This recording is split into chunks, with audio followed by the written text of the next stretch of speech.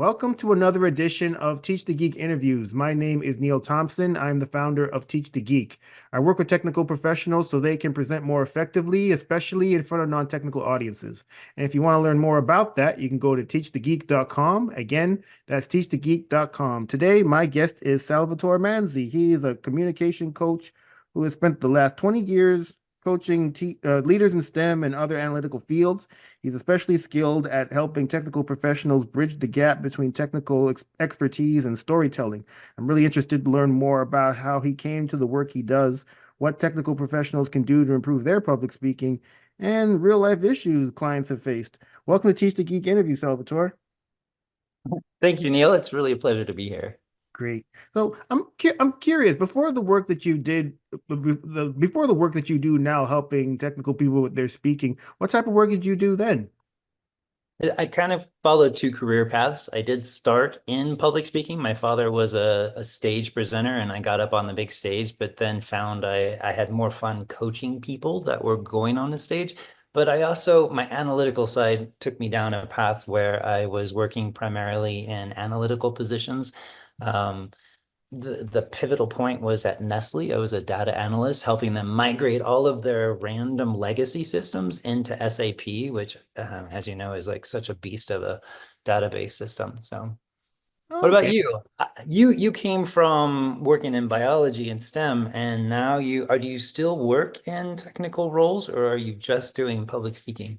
Oh no, it's just this now. I mean, yeah, Awesome. I worked in product development as an engineer, having to give presentations in front of management, and well, I wasn't too good at it at first, but I got a lot better at it over time because I saw the benefit of doing so. But with I'm obviously the work that you do is with technical type people. Why did you decide to work with those people specifically? I'd say I got lucky, quite honestly. I was in San Francisco when I started working in public speaking, coaching directly. And so I had access to and was sent to LinkedIn, Twitter, Google, Dropbox, all of them. I was at a different tech firm every day, basically, doing some type of communication training or workshop. And I really found my own analytical brain resonated with this. I was watching one of your prior recordings, and the idea of having a framework.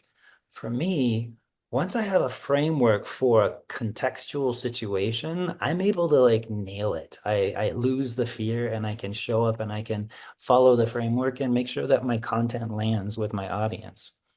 What was So, what was the biggest issue that you had with the technical people that you were working with at these various companies in terms of their communication skills? oh, I really appreciate this question, and I think that we could spend the whole time talking about different issues that I've seen, and I'd be curious to hear what you have seen out there as well. And I just want to clarify, you're asking, what have I seen as a technical professional's specific issue that shows up when they want to get up and present their work or talk in front of an audience? Right. Um, it is a wide variety of challenges that happen in different workspaces, right? Scientists presenting to scientists is a whole different contextual monster than a scientist presenting to a sales and trying to explain how it's going to work with them. But I would say, and we'll go back and forth, but like number one is how much content, how much data do I share? Because as an analyst, as a researcher, as a scientist, I've got a wealth of data to support what I'm saying, but I can't overwhelm my audience. I know that you mentioned this before in yours. How did you bridge from sharing too much to finding the right sweet spot for the audience? What is your go-to? Well, I think it has to do with whatever presentation you have to give, figuring out what that call to action is, and then whatever point you need to make that will naturally lead to that call to action. And what that does is, well, it forces you to really get critical about your presentation. You're not just going to just talk about anything and everything. And then it helps to eliminate any extraneous information that doesn't really lead to that call to action. It really focuses your presentation. Yeah, I love this. I love what I'm hearing too is like know your audience and know the goal. right? A lot of people think the data speaks for itself. The data does not speak for itself.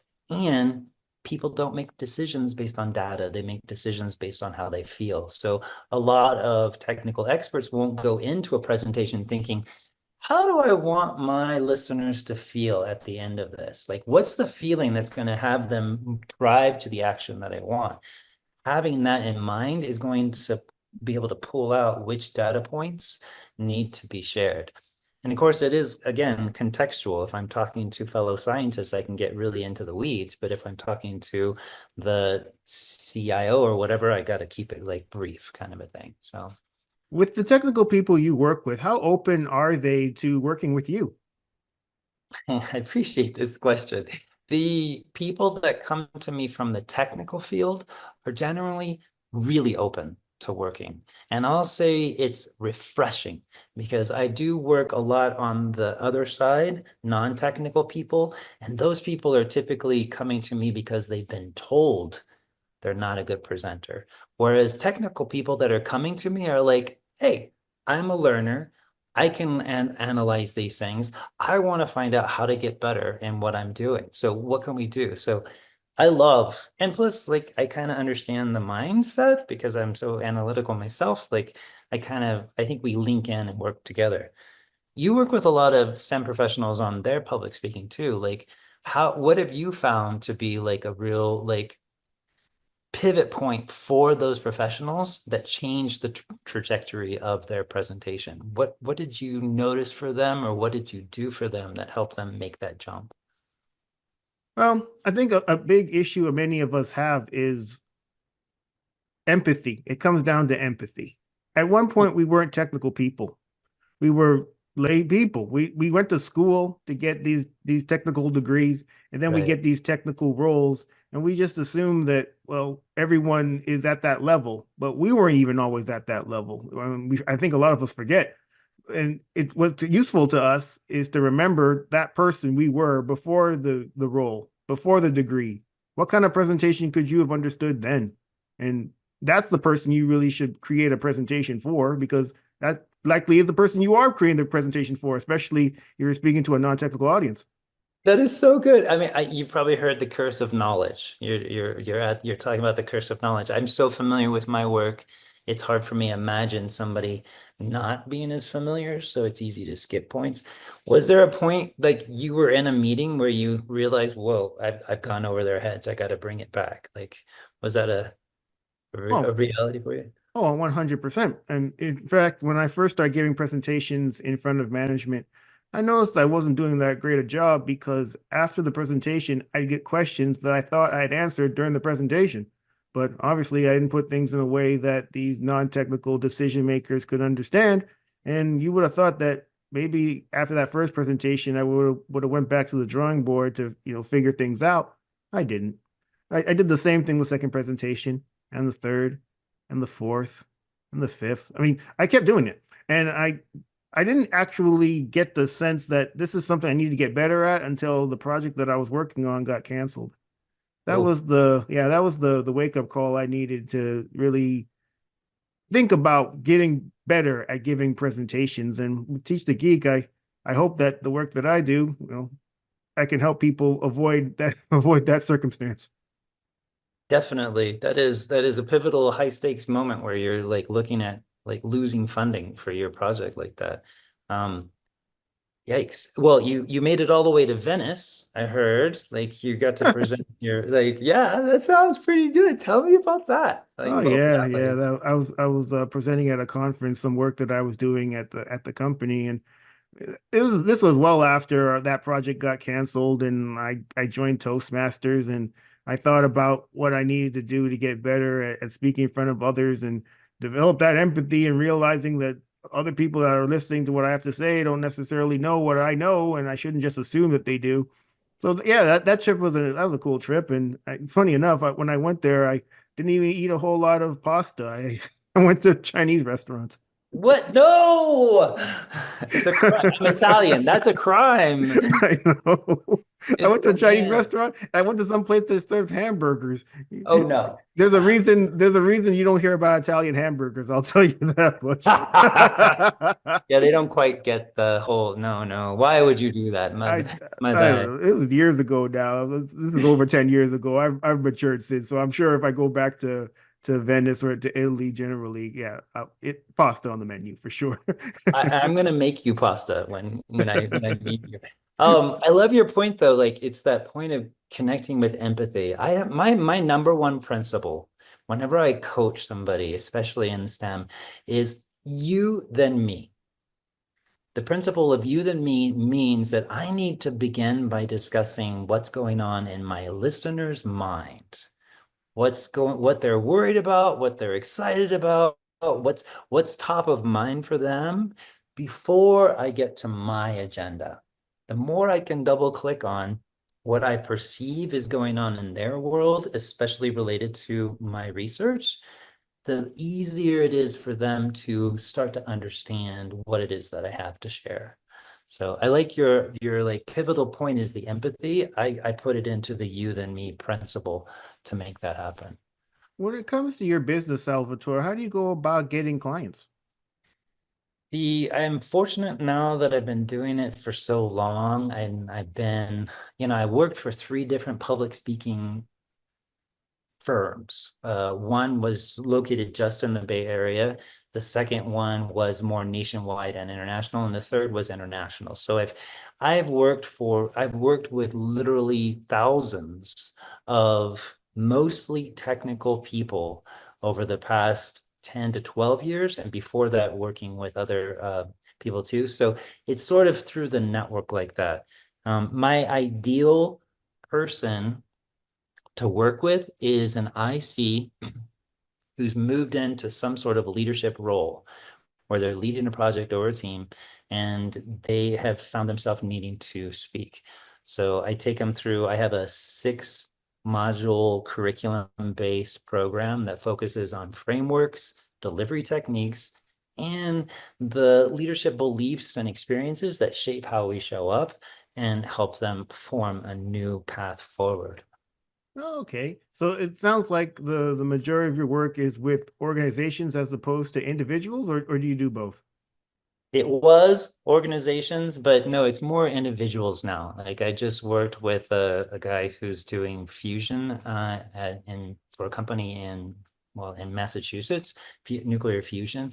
I also just worked with two leaders at Genentech presenting their research. That probably relates with you, given your biology background. Um, yeah, I work more with individuals now, but then typically the leader will then bring me into their team, especially if it's a newly formed team, to help them develop the communication skills to present to each other and to present their work more globally, especially if it's going to be a team presentation or something like that. So Got I it. actually, one of my favorite stories around this would be my client. I've been working with her for 6 years now, and she just got the new title of Chief of Interoperability. And the pivotal point in her transition, going from senior director to VP and on up, was when she started speaking in metaphors. When she started using car analogies and cooking analogies to explain her research to the non-technical people, they were suddenly like, oh, I get it. And her like her brilliance was when like, okay, we're comparing a Prius to an old Ford.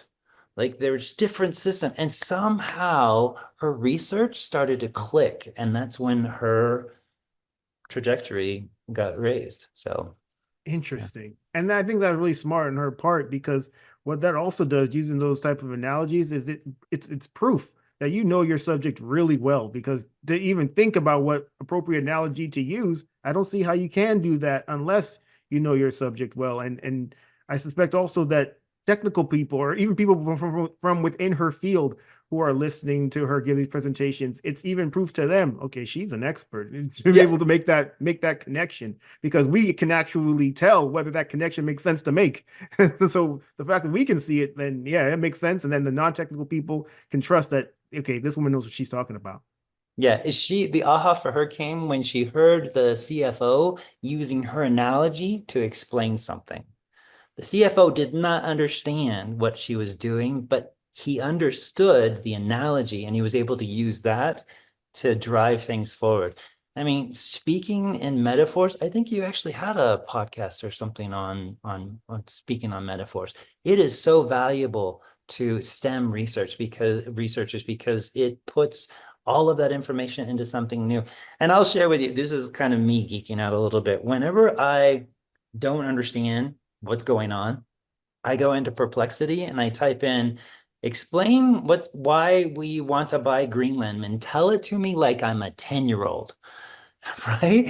And Perplexity comes back and I'm like, I get it. So I don't know how you feel about AI, but my recommendation is anytime you're wanting to make your complex data make sense to somebody that's non-technical, throw it into AI and say, explain this to an 8-year-old and see what comes up.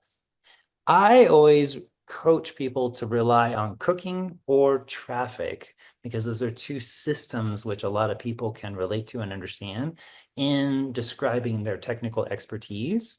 Like drop it into one way or the other.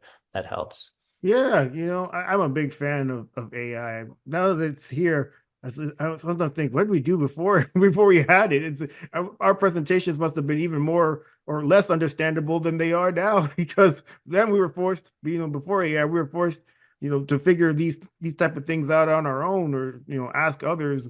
But now with AI, yeah, certainly things have gotten a lot easier in terms of just making sure that complex information can be distilled into something that more people can understand.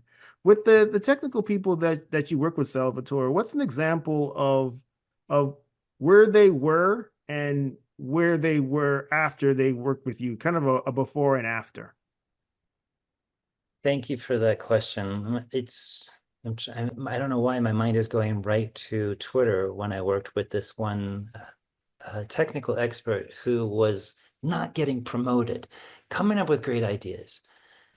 Actually, a valuable asset. We constantly told what a valuable asset he was to the team, but not getting elevated and not getting, well, again, like there's money that comes with it, but not getting the title and the prestige.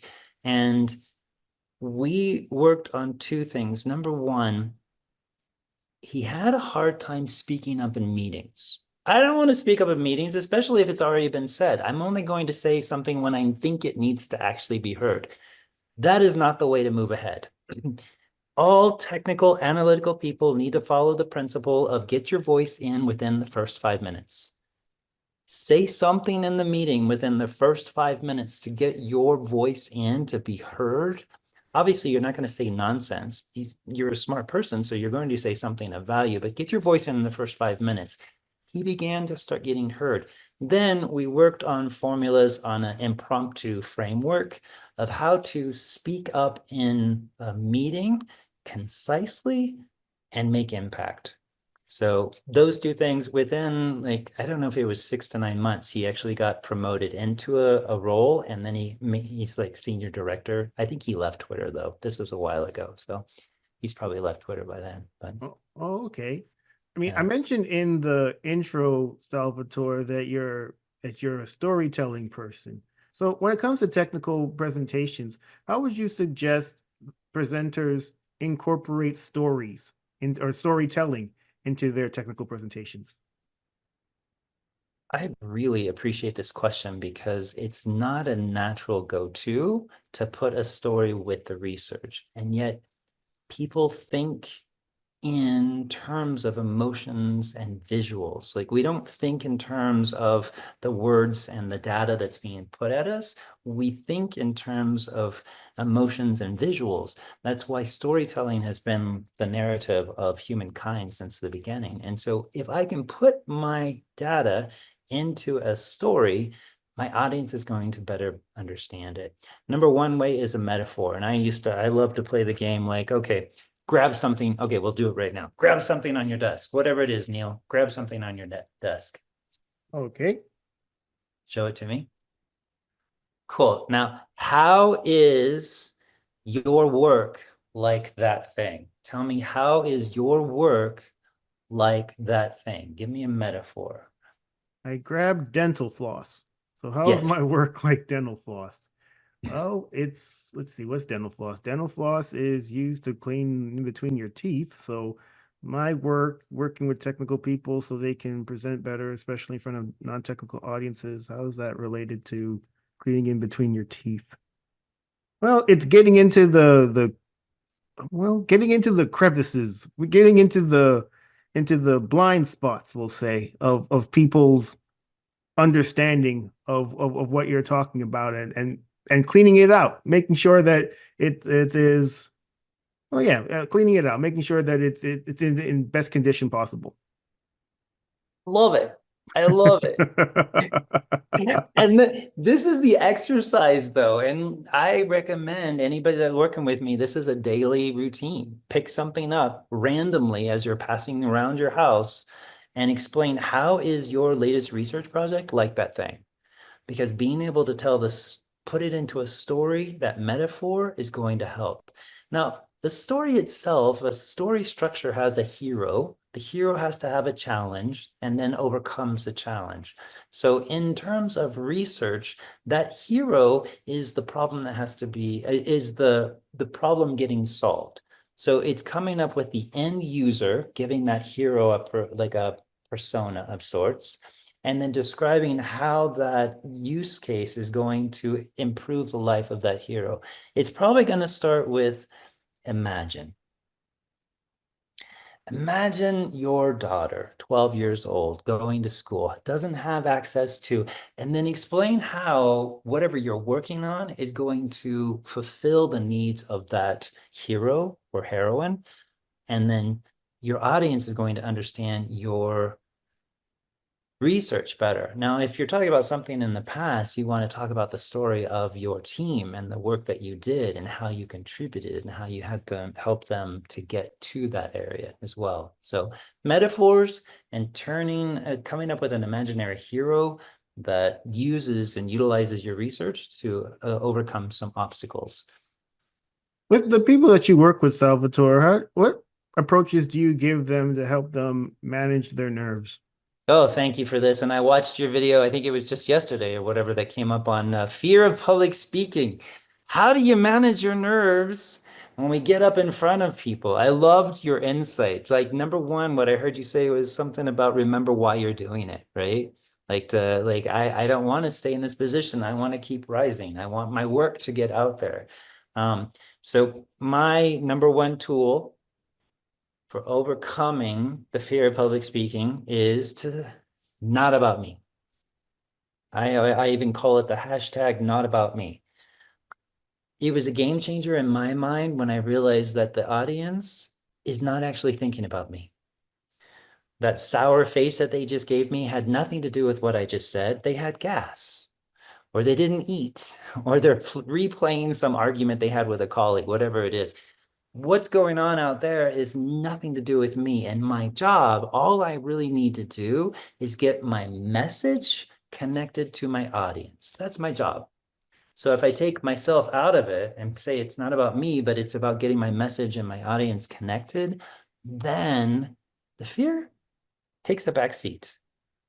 Now that's one. Now, obviously, there are a whole bunch of neuroscience and physiology techniques that I work with, depending on what the individual fear is that comes up around public speaking.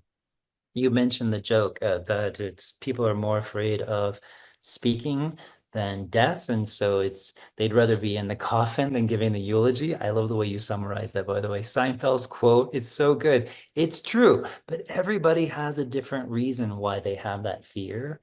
So finding out what that reason is, whether it was a bad past experience, whether it's some imposter syndrome, whether it's a perfectionist, and then working with the client to overcome that fear with techniques.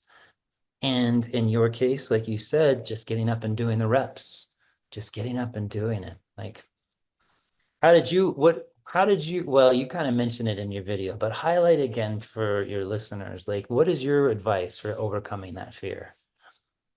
I think you just need to reframe it and instead of thinking about the fear, think about the opportunities that come once you overcome that fear. And because you don't want to be that engineer or that scientist who's mad or disgruntled because they didn't get the opportunity that they thought they deserved and someone else got it because they were if they were fearful, they were willing to overcome that fear. I mean, you could be that person, but you're going to be a very annoying person to be around for sure. And in terms of that Seinfeld quote, I don't even know I don't even understand people that want to think about that. I mean, I'd rather stumble through a eulogy than be dead any day of the week.